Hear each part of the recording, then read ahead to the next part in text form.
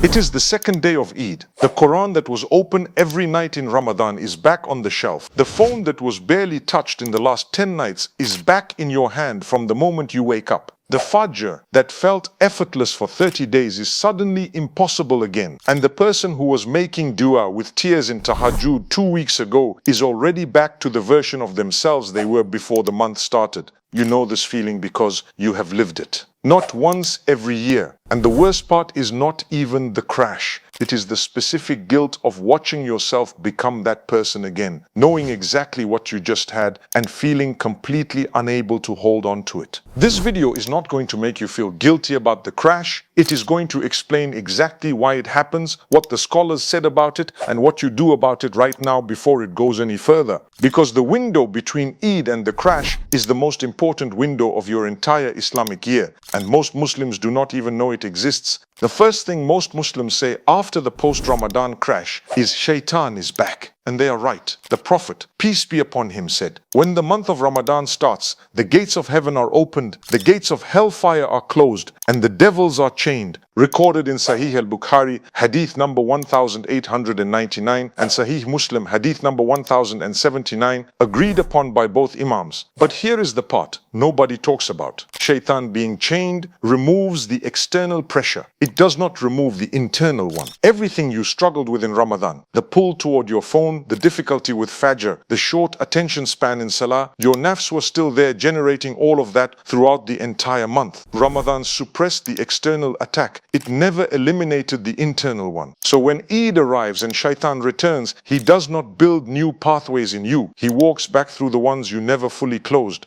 The second thing most Muslims misunderstand is what Ramadan was actually designed to produce. Allah says in Surah Al-Baqarah, Ayah 183, O you who believe, fasting has been prescribed for you as it was prescribed for those before you, so that you may attain taqwa. The Arabic word is taqwa, God consciousness, mindfulness of Allah, a state of the heart that does not switch off when the month ends. Ramadan was not designed to be a spiritual high you experience and then lose. It was designed as a training month, 30 days of structured discipline intended to produce a permanent increase in your relationship with Allah that carries through Shawwal and beyond. The crash happens when the training produced a feeling rather than a character change. And the question this video answers is, what do you do in the days after Eid to ensure it produced the second thing, not the first? Abu Hurairah, may Allah be pleased with him, narrated that the Messenger of Allah, peace be upon him, said, when the believer commits sin,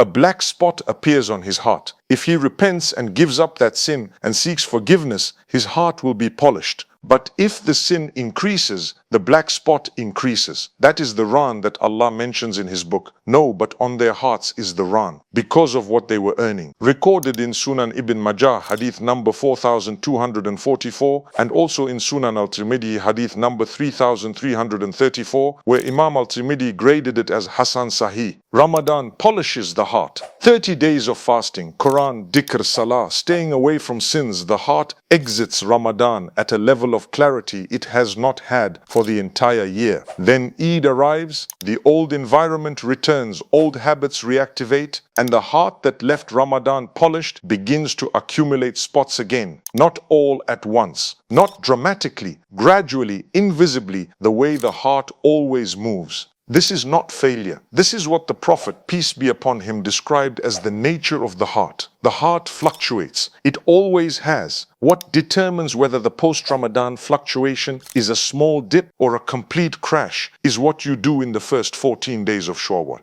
That window is not arbitrary. It is precisely when the habits formed over 30 days are either reinforced or abandoned. Every single day of those 2 weeks is a decision about which direction the heart moves. Allah says in Surah An-Nahl 28, verily in the remembrance of Allah do hearts find rest. The polished heart needs maintenance, not another Ramadan level effort, but consistent daily connection. And the mechanism for that maintenance is what the Prophet, peace be upon him, prescribed with extraordinary precision. Here is the part of this video that you will not find in a typical post-Ramadan reminder, and it is the most important thing to understand before anything else. Ibn Rajab al-Hanbali recorded in his book Lata'if al-Ma'arif that Ka'b ibn Malik, may Allah be pleased with him, said, whoever fasts the month of Ramadan and he says to himself that he will return to sinful disobedience when Ramadan is over, his fasting is rejected. And whoever fasts the month while saying to himself that when Ramadan ends,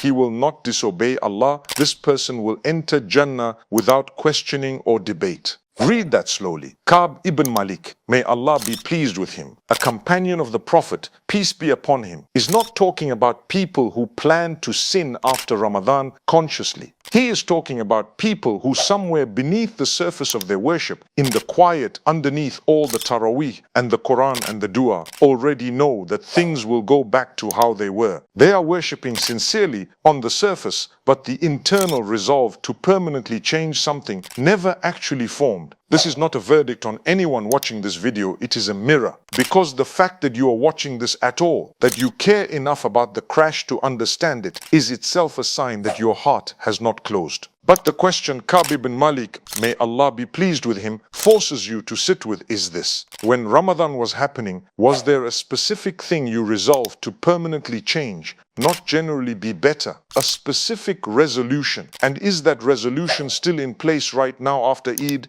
If yes, you are building, not crashing. If no, this is the moment to make it, not next week, now. Aisha, may Allah be pleased with her, narrated that the Messenger of Allah, peace be upon him, said, do good deeds properly, sincerely and moderately, and know that your deeds will not make you enter paradise, and that the most beloved deed to Allah is the most regular and constant, even if it were little. Recorded in Sahih al-Bukhari, hadith number 6464, and Sahih Muslim, hadith number 2818, agreed upon by both Imams. And when asked what deeds are loved most by Allah, the Prophet, peace be upon him, answered, the most regular and constant, even though they may be few, and do not take upon yourselves except the deeds within your ability. Recorded in Sahih al-Bukhari, hadith number 6465. The most beloved deed to Allah is not the most impressive or the most intense. It is the most consistent. And the addition in the second hadith, do not take upon yourselves except what is within your ability, is the part most Muslims ignore entirely after Ramadan. They attempt to maintain Ramadan level intensity, last 3 days, collapse completely, and then feel like they have failed. That is not what the Prophet, peace be upon him, modeled. When Aisha, may Allah be pleased with her, was asked what deed was most beloved to the Prophet, peace be upon him, she said, the regular, constant one. His deeds were not Ramadan level bursts followed by collapses. They were a floor that never dropped. A minimum that never disappeared, not during illness, not during travel, not during difficulty. That floor is the model, not maintaining the Ramadan ceiling,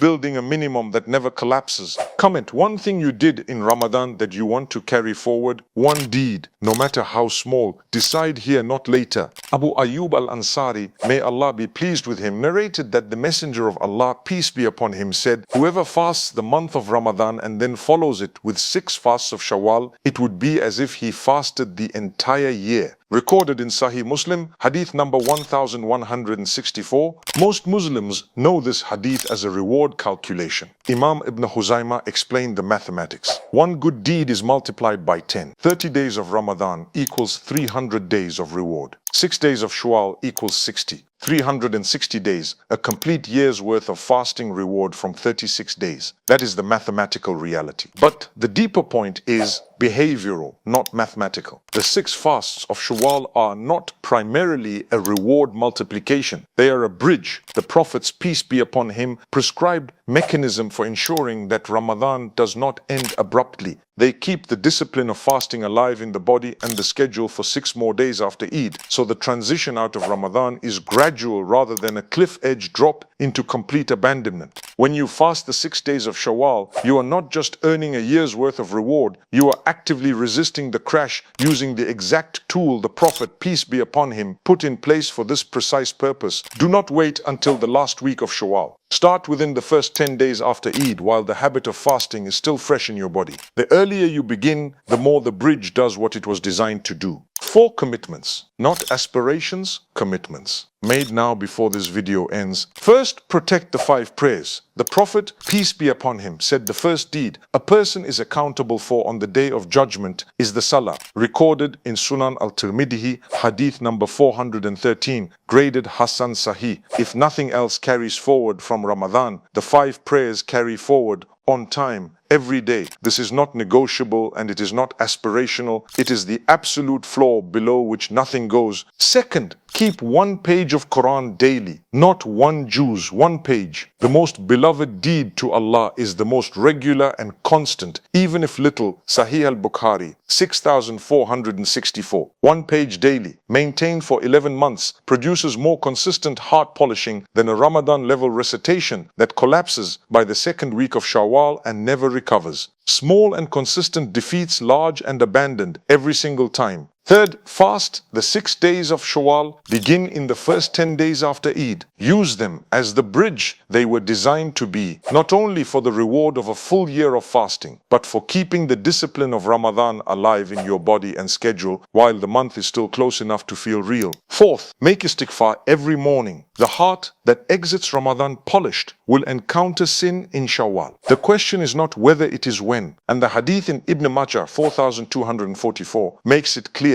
The black spot grows only if the sin increases and repentance does not follow. 100 repetitions of Astaghfirullah after Fajr every morning takes less than 2 minutes, keeps the polish active, and more importantly, it makes the first sin after Ramadan a moment of immediate return rather than the beginning of a longer collapse. You are not trying to maintain Ramadan. Ramadan is over. You are building the floor of who you are for the next 11 months, a minimum that never collapses, so that when next Ramadan arrives, you are beginning from a foundation, not starting from scratch. 3 lines to carry out of this video. Ramadan was not the peak, it was the reset. The peak is who you become in the 11 months after it. The most beloved deed to Allah is the most consistent, even if small. Allah does not need your Ramadan level performance, He needs your daily commitment. The crash is not the verdict. What you do in the next 24 hours is the verdict. One action before you close this video, write down the 1 deed you are committing to for the next 30 days, not Ramadan level. Sustainable. The floor that never collapses, because the door of return does not close with the crescent of Shawwal, and every single day after Eid is still a day you get to decide who you are becoming. May Allah accept from us our Ramadan, forgive us for its shortcomings, and make us from those whose hearts remain connected to Him long after the month has passed. Ameen. Ramadan ended. Your journey did not